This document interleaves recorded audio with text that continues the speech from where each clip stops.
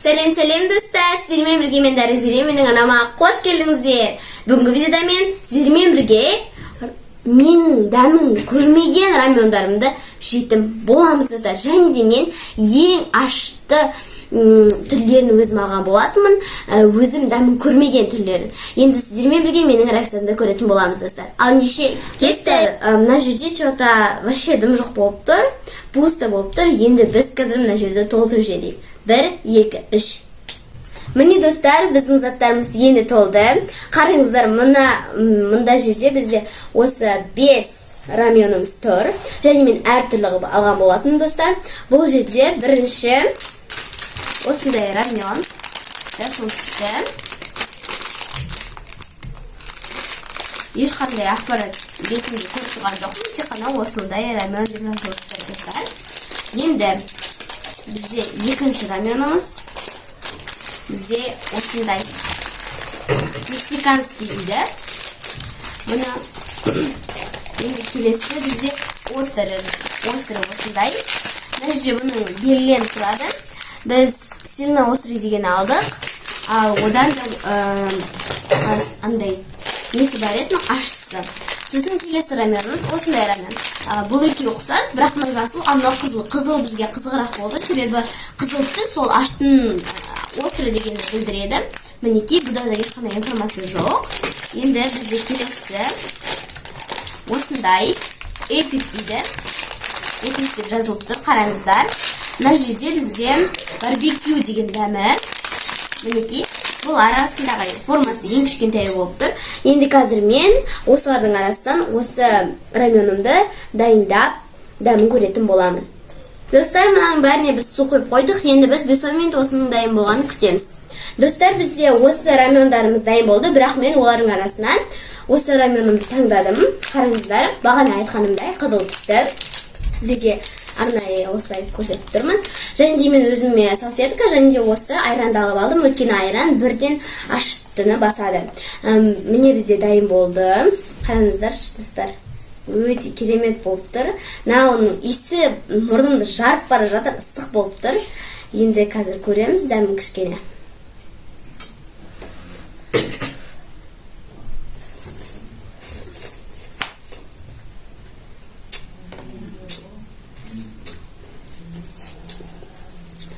Достар, күшті екен дәмі. Бұл негізі ашты, бірақ мен үшін қатты ашты болып тұрған жоқтан. Орташа аштылығы. Енді мынаны дәмі өте керемет.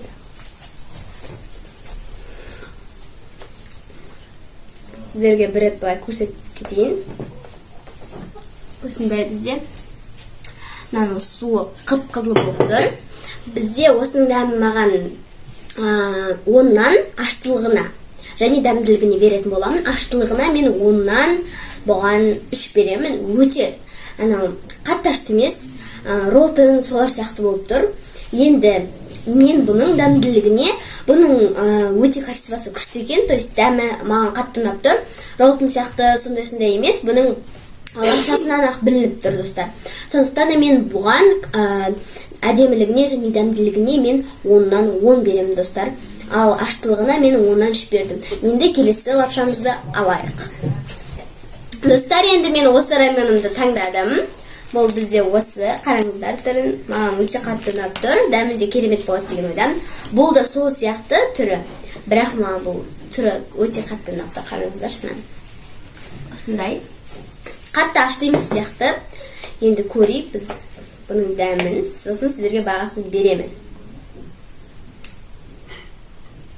Осыны азағын алайық, бірінші себебі дәмін білген жоқпыз біз.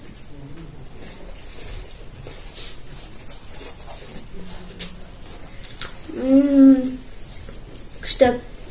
Достар, бұның лапшасы ұзын да, тонкий емес слишком. Қалың.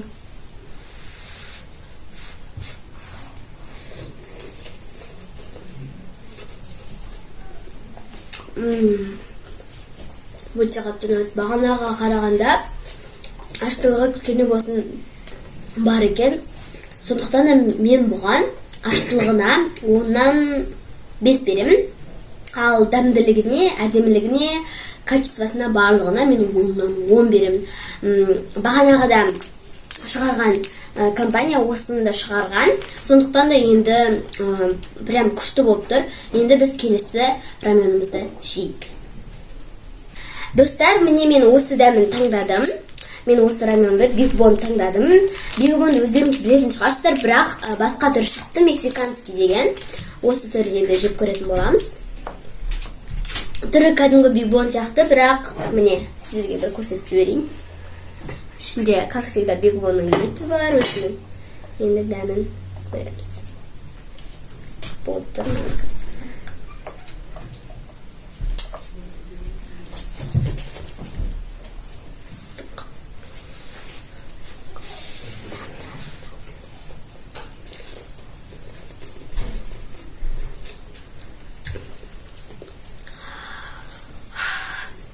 Достар, мынау ашты екен.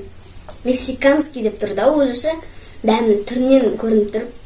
Мынауны қазір.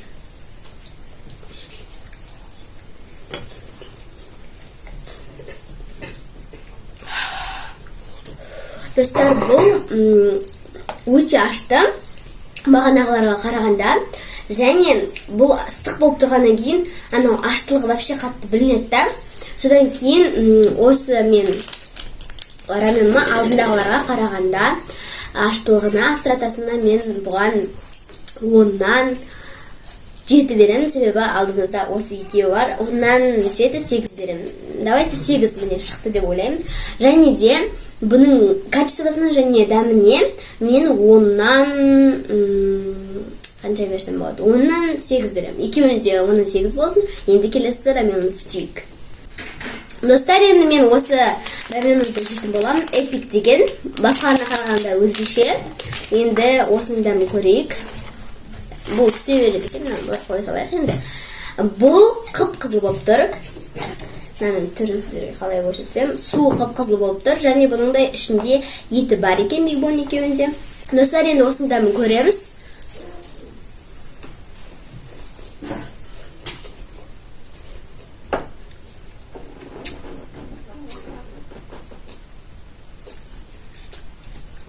Мынаның дәміне мен 10-нан астратасына 10-нан 0 беремін. Вообще ашты емес. Алдындағыларға қарағанда аштылығы 0. Енді бұның качествосына, әдемілігіне, сыртының барлығына қарасақ, бұл 10-нан 2. Себебі бұл түрінен әдемі, бұл андай сияқты қылып жазып қойғанда эпиктеп. Бірақ бұның дәмі жай Big Bone роллтың секілді. Даже Big Bone'нан төмен десек те болады, достар. Сондықтан да бұл лапша маған ұнамады. Енді мен осы лапшаны көретін боламын. Достар, ең қиыны болып тұрған бізде осы. Себебі қараңыздар, мына жерде айдаһардың суреті. Айдаһар дегеніміз ол оттың, аштылықтың белгісі. Міне қазір келіп қалыпты. Осы аштылықтың белгісі болып саналады. Енді мынаның түріне қарасаңыздар, мен бағана айтып кеткенімдей, мына жерде сильно остро деп жазылып тұр. Яғни өте қатты ашты бізде. Мынаның түрінен ақ көрініп. Достар, мына жерде бізде қызыл түсі болып тұр. Қызыл сіздерге қатты көрінбейді. Енді біз бұның дәмін көреміз, достар. Маған өте қорқынышты болып тұр. Қараңыздар шынан. Қазірмен кішкене алайық. Дайынсыздар ма, достар? Осы жерге шейін келгендеріңізге рахмет. Лайк басып тұрыңыздар. Қазір енді мен дәмін көремін. Сіздер үшін.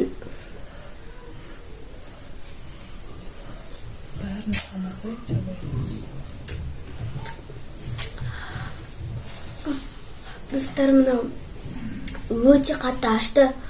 Айранымды ішіп алайыншы.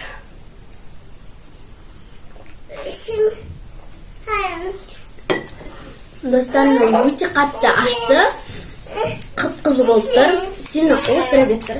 Бағанағыларға қарағанда өте ашты болып тұр.